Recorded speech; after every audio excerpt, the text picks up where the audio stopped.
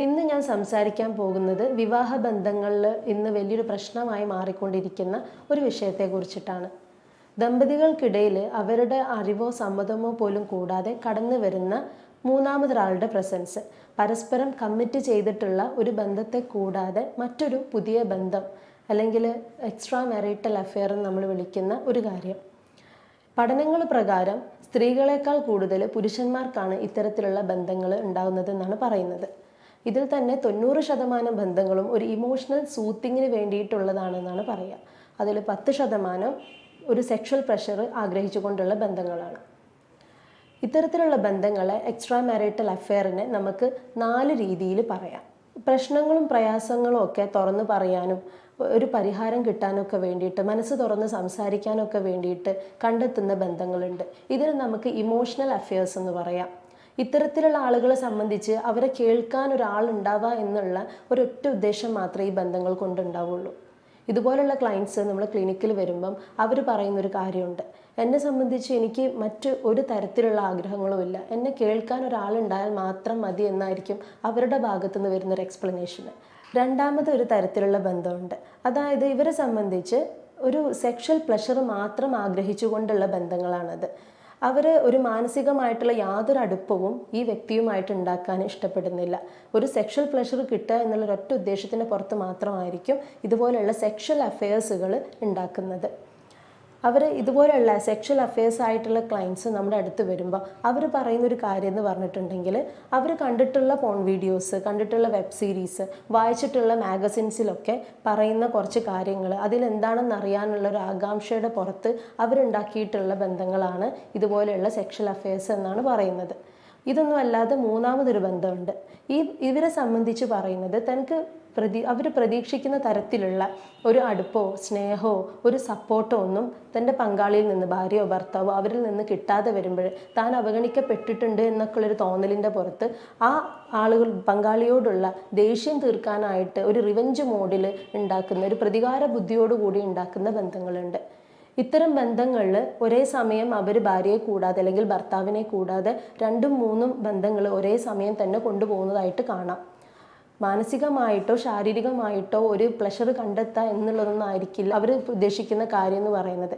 അവരെ സംബന്ധിച്ച് ഇത്തരം ബന്ധങ്ങൾ ഉണ്ടാക്കുന്നതിലൂടെ തൻ്റെ പങ്കാളിയോടുള്ള, ഭാര്യയോ ഭർത്താവോ അവരോടുള്ള ആ ഒരു കലി തീർക്കുക അല്ലെങ്കിൽ ദേഷ്യം തീർക്കുക എന്നുള്ള ഒറ്റ ഉദ്ദേശം മാത്രമേ ഇത്തരത്തിലുള്ള ബന്ധങ്ങൾക്ക് ഉണ്ടാവാറുള്ളൂ. അതല്ലാതെ നാലാമതായിട്ടൊരു വിഭാഗം നമ്മൾ പറയുകയാണെങ്കിൽ അതൊരു പെർഫെക്റ്റ് ആയിട്ടുള്ള എക്സ്ട്രാ മാരിറ്റൽ അഫെയർ ആണ്.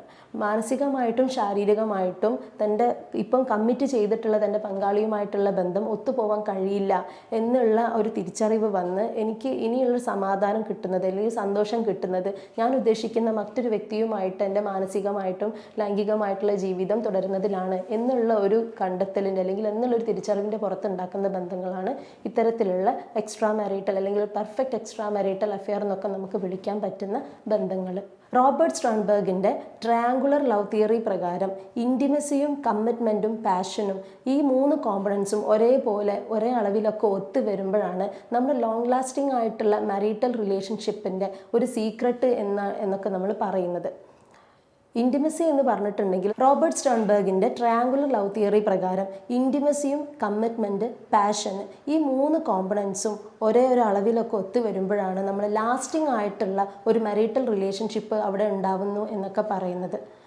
ഇൻറ്റിമസി എന്ന് പറഞ്ഞിട്ടുണ്ടെങ്കിൽ നമുക്കൊരു വ്യക്തിയോട് തോന്നുന്ന ഫീലിംഗ് ഓഫ് അറ്റാച്ച്മെൻറ്റിനെയാണ് നമ്മൾ, അല്ലെങ്കിൽ ക്ലോസ്നെസ്സിനെയാണ് നമ്മൾ ഇൻറ്റിമസി എന്ന് പറയുക, അടുപ്പം തോന്നുന്നതിന്.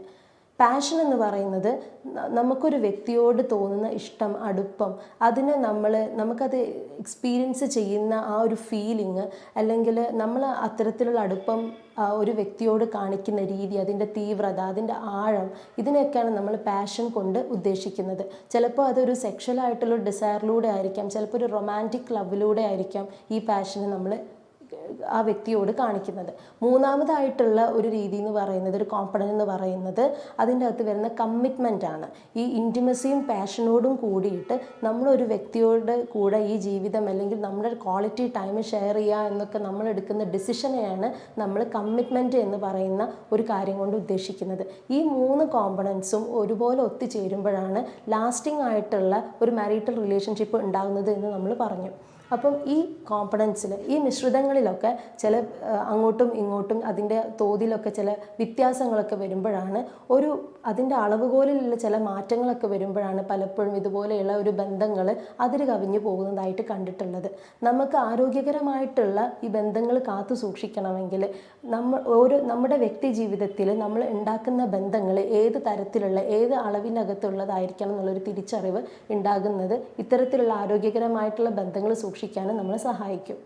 ഭൂരിഭാഗം അവസരങ്ങളിലും ഭാര്യയും ഭർത്താവും തമ്മിലുള്ള ചെറിയ ചെറിയ പ്രശ്നങ്ങളൊക്കെ ആയിരിക്കാം പിന്നീട് വലിയ വലിയ അകൽച്ചകളായിട്ട് മാറുന്നത്. ഇത്തരം അകൽച്ചകൾ ഉണ്ടാകുന്ന സമയത്ത് അവർ തമ്മിൽ ചെലവഴിക്കുന്ന ആ ക്വാളിറ്റി ടൈം എന്ന് പറയുന്ന ആ ഒരു കാര്യം വളരെ കുറഞ്ഞു പോകും. അവർ തമ്മിലുള്ള സംഭാഷണങ്ങൾ വളരെ കുറഞ്ഞു പോകും. പലപ്പോഴും ഇങ്ങനത്തെ ഈ ഒരു ചെറിയ പഴുതിലൂടെ ആയിരിക്കും ഇതേപോലെയുള്ള എക്സ്ട്രാ മാരിറ്റൽ അഫെയറുകൾ, വിവാഹേതര ബന്ധങ്ങൾ പൊട്ടിമുളച്ച് വരുന്നത്. ഇത്തരം ബന്ധങ്ങളിലേക്ക് വരുന്ന സമയത്ത് താൻ മറ്റൊരു ബന്ധത്തിലേക്ക് ഏർപ്പെടുകയാണ്, അല്ലെങ്കിൽ വേറൊരു പുതിയ ബന്ധം സ്ഥാപിക്കുകയാണെന്നുള്ളൊരു തിരിച്ചറിവൊന്നും ആ സമയത്ത് ഒരു പക്ഷേ ഉണ്ടായിക്കൊള്ളണം എന്നില്ല. തമാശയ്ക്കായിട്ട് തുടങ്ങിയിട്ട് പിന്നീട് അത് ആ ഒരു വിഷമങ്ങളും പ്രയാസങ്ങളൊക്കെ പങ്കുവെക്കാൻ ഒരാൾ എന്നുള്ള രീതിയിൽ തുടങ്ങിയിട്ട് പിന്നെ ആ ബന്ധത്തിൽ നിന്നും തിരിച്ച് ഇറങ്ങാൻ പറ്റാത്ത വിധത്തിൽ സ്റ്റക്കായിട്ട് പോകുന്ന ഒരു രീതി, ഒരു സാഹചര്യം സ്ഥിരമായിട്ട് ഇതേപോലുള്ള അഫെയർസിൽ നമ്മൾ കണ്ടുവരാറുണ്ട്. ഇത്തരം സാഹചര്യങ്ങൾ വരുമ്പം സ്റ്റക്കായി എന്ന് തോന്നുന്ന ഈ ഒരു നിമിഷത്തിൽ വലിയ തരത്തിലുള്ള മാനസികമായിട്ടുള്ള സംഘർഷങ്ങൾ, വലിയ വലിയ പ്രയാസങ്ങൾ അവരുടെ മനസ്സിലുണ്ടാവും. തൻ്റെ പങ്കാളിയെ ചതിച്ചോ അല്ലെങ്കിൽ വഞ്ചിച്ചോ എന്നുള്ളൊരു തോന്നൽ, അതുപോലെ തന്നെ താൻ വഞ്ചിക്കപ്പെട്ടു എന്നൊക്കെയുള്ള ഒരു തിരിച്ചറിവ് ഈ ഭാര്യയിലോ ഭർത്താവിലോ ഉണ്ടാക്കുമ്പോഴും ഇതേപോലെയുള്ള മാനസിക സംഘർഷങ്ങളാണ് രണ്ടുപേരിലും ഉണ്ടാവുക. അതുപോലെ അത്തരം സംഘർഷങ്ങൾ വരുന്ന സമയങ്ങളിൽ വാക്ക് തർക്കങ്ങളും അവർ തമ്മിലുള്ള പരസ്പര വിശ്വാസമൊക്കെ അവിടെ നഷ്ടപ്പെട്ടു തുടങ്ങി. ഇത് പിന്നീട് വലിയ വലിയ പ്രശ്നങ്ങൾ അവരുടെ കുടുംബാന്തരീക്ഷത്തിലും അതുപോലെ അവരുടെ ദാമ്പത്യ ജീവിതത്തിലും എല്ലാം പ്രതിഫലിച്ചു തുടങ്ങും. ഈ ഒരു സാഹചര്യത്തിലായിരിക്കും പലപ്പോഴും ഈ മക്കൾ, അവരുടെ കുട്ടികൾ വളർന്നു വരുന്നത്. ഇത് കുട്ടികളെ സംബന്ധിച്ചും വലിയ മാനസിക സംഘർഷങ്ങൾ ഉണ്ടാക്കും.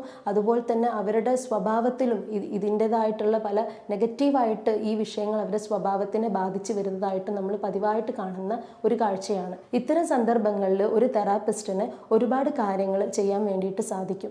യാതൊരു ജഡ്ജ്മെൻ്റലായിട്ടുള്ള ഒരു അപ്രോച്ച് ഒന്നും ഇല്ലാതെ തന്നെ, ഒരു മുൻവിധികളും ഇല്ലാതെ തന്നെ ഈ സംഘർഷങ്ങളെ മനസ്സിലാക്കാനും അത് ഉൾക്കൊള്ളാനും അതിന് വേണ്ട പരിഹാരങ്ങൾ ഈ ഭാര്യയ്ക്കോ ഭർത്താവിന് പറഞ്ഞു കൊടുക്കാൻ വേണ്ടി നമുക്ക് സാധിക്കും.